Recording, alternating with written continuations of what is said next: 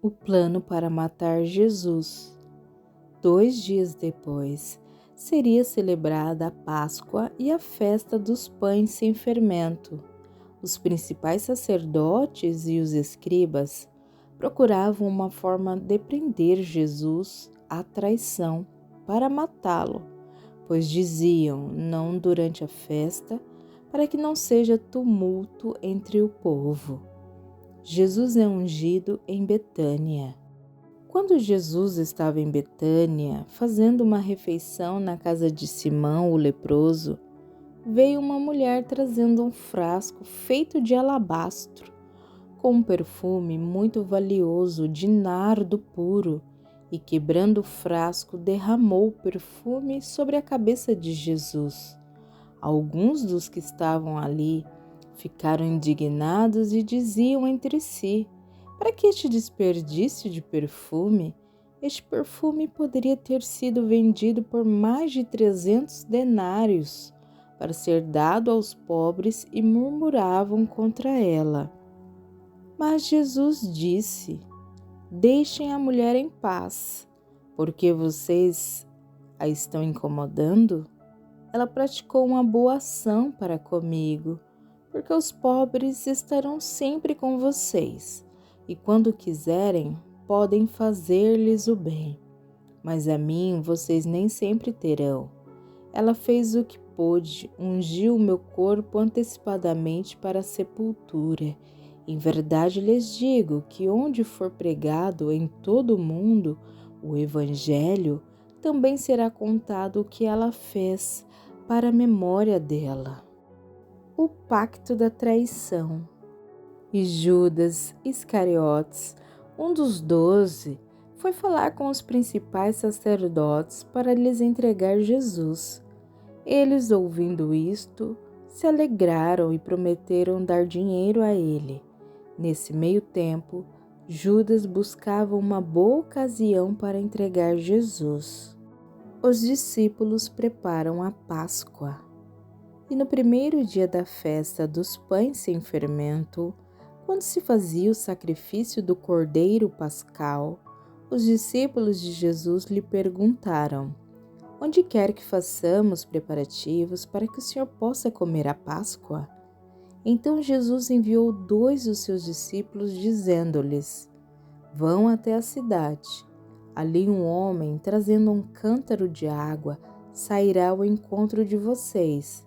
Sigam esse homem e digam ao dono da casa em que ele entrar que o mestre pergunta: onde fica o meu aposento no qual comerei a Páscoa com os meus discípulos?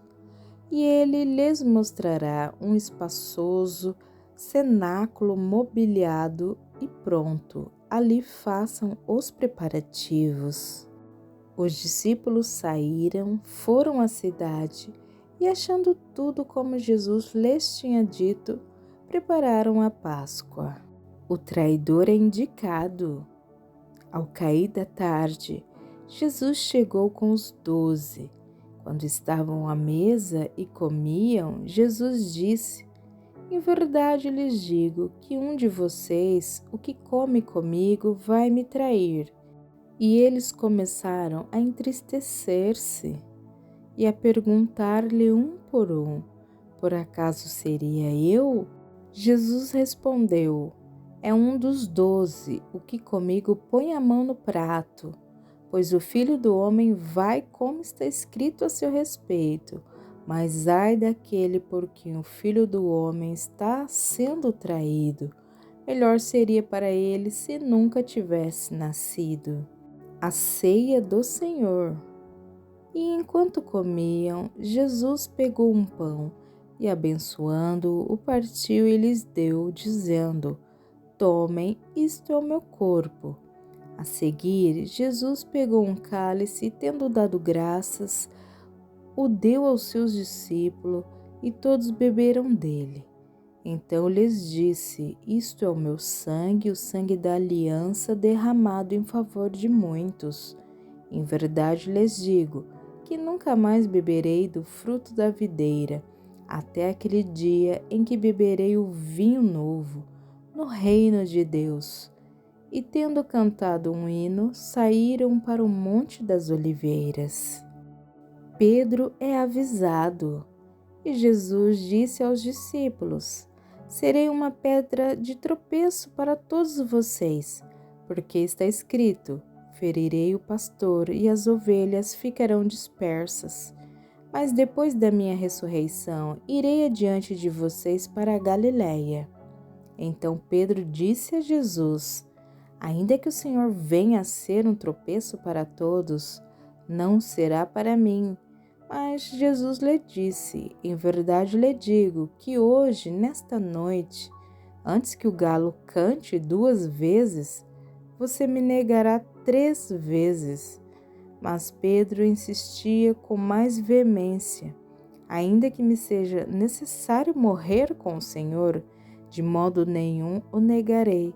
E todos os outros diziam a mesma coisa. Jesus no Getsêmane. Então foram a um lugar chamado Getsêmane. Ali Jesus disse aos seus discípulos: sentem-se aqui enquanto eu vou orar. E levando consigo Pedro, Tiago e João, começou a sentir-se tomado de pavor e de angústia, e lhes disse: a minha alma está profundamente triste até a morte. Fiquem aqui e vigiem. E, adiantando-se um pouco, prostrou-se em terra e orava para que, se possível, lhe fosse poupada aquela hora, e dizia: Abba, Pai, tudo te é possível. Passa de mim este cálice, porém não seja o que eu quero, e sim o que tu queres.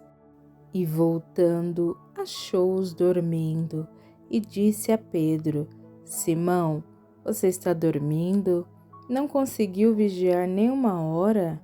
Vigiem e orem, para que não caiam em tentação. O espírito, na verdade, está pronto, mas a carne é fraca. Retirando-se de novo, orou, repetindo as mesmas palavras, e voltando, achou-os outra vez dormindo, porque os olhos deles estavam pesados e não sabiam o que lhe responder. E quando voltou pela 3ª vez, Jesus lhes disse: vocês ainda estão dormindo e descansando. Basta, chegou a hora. O Filho do Homem está sendo entregue nas mãos dos pecadores. Levantem-se, vamos embora. Eis que o traidor se aproxima. Jesus é preso. E logo, enquanto Jesus ainda falava, chegou Judas, um dos 12, e com ele uma multidão com espadas e porretes, vindo da parte dos principais sacerdotes, escribas e anciãos. Ora, o traidor tinha dado a eles um sinal: aquele que o beijar é esse. Prendam e levem-no com segurança. E logo que chegou, aproximando-se de Jesus, Judas disse: Mestre, e o beijou. Então eles agarraram Jesus e o prenderam. Nisto, um dos que estavam ali, sacando da espada, feriu o servo do sumo sacerdote e cortou-lhe a orelha. Jesus lhes disse: vocês vieram com espadas e porretes para prender-me, como se eu fosse um salteador.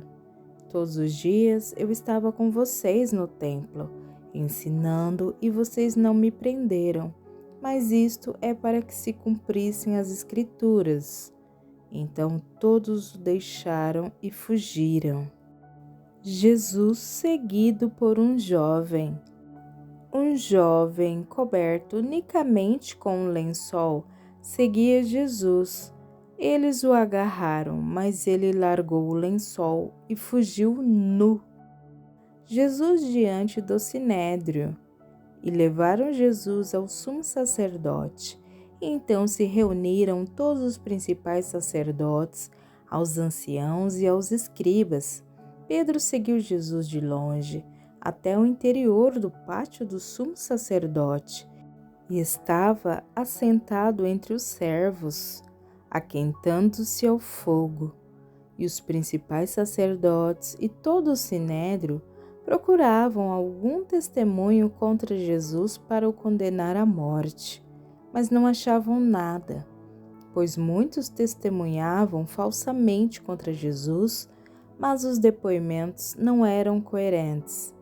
E levantando-se alguns, testemunhavam falsamente, dizendo: Nós o ouvimos declarar: Eu destruirei este santuário edificado por mãos humanas, e em 3 dias construirei outro, não por mãos humanas.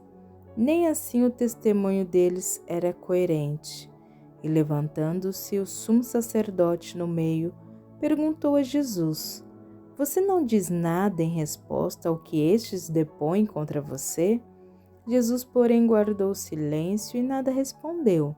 O sumo sacerdote tornou a interrogá-lo: Você é o Cristo, o Filho do Deus bendito?